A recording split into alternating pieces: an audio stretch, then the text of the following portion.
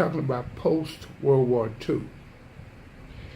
And in post-World War II, beginning in 1945, 46, and 47, the social structure of our community was totally different than it was in 1948, which is only a year or two different. For an example, television came into our lives 48 through 51.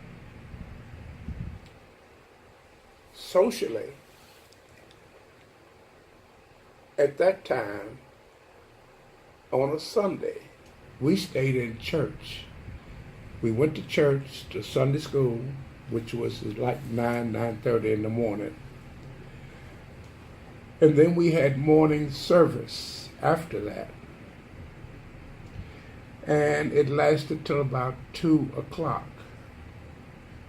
And then people would go home for dinner, Sunday dinner, which was a family gathering at that time. And then they would normally go back in the afternoon for afternoon church service.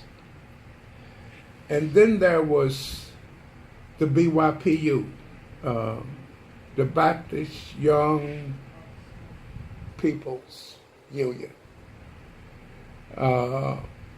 And usually young people attended that in the evening before the late night service.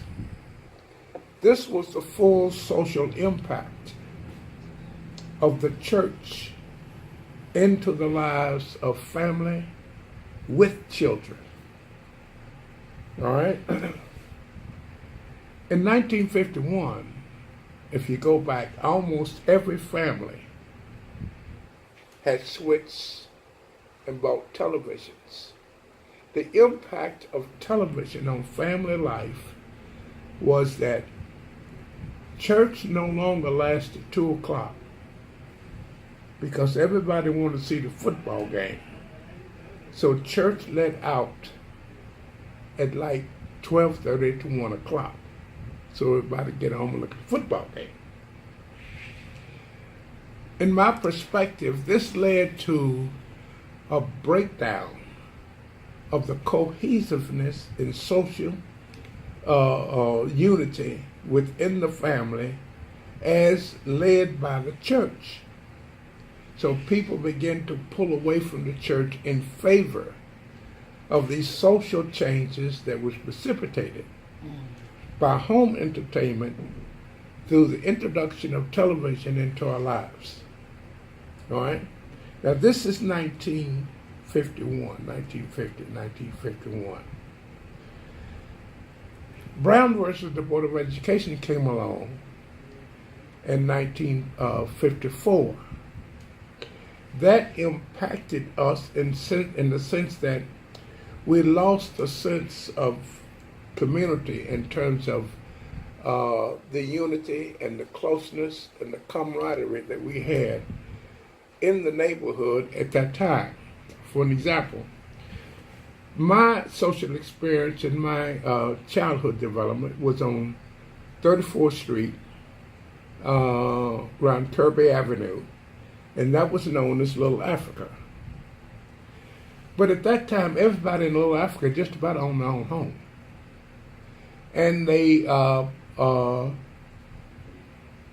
provided their own food mostly in terms of vegetables. They grew a garden.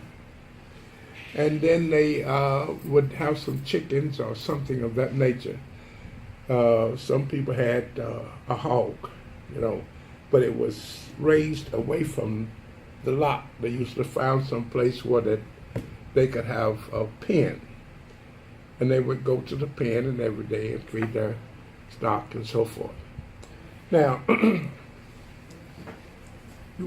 what I'm trying to demonstrate is the fact that there were factors in our lives which govern our behavior, our relationship with others, our contact with other people in the neighborhood, the stability of the church. I always say that the moral authority of the community lies with the church.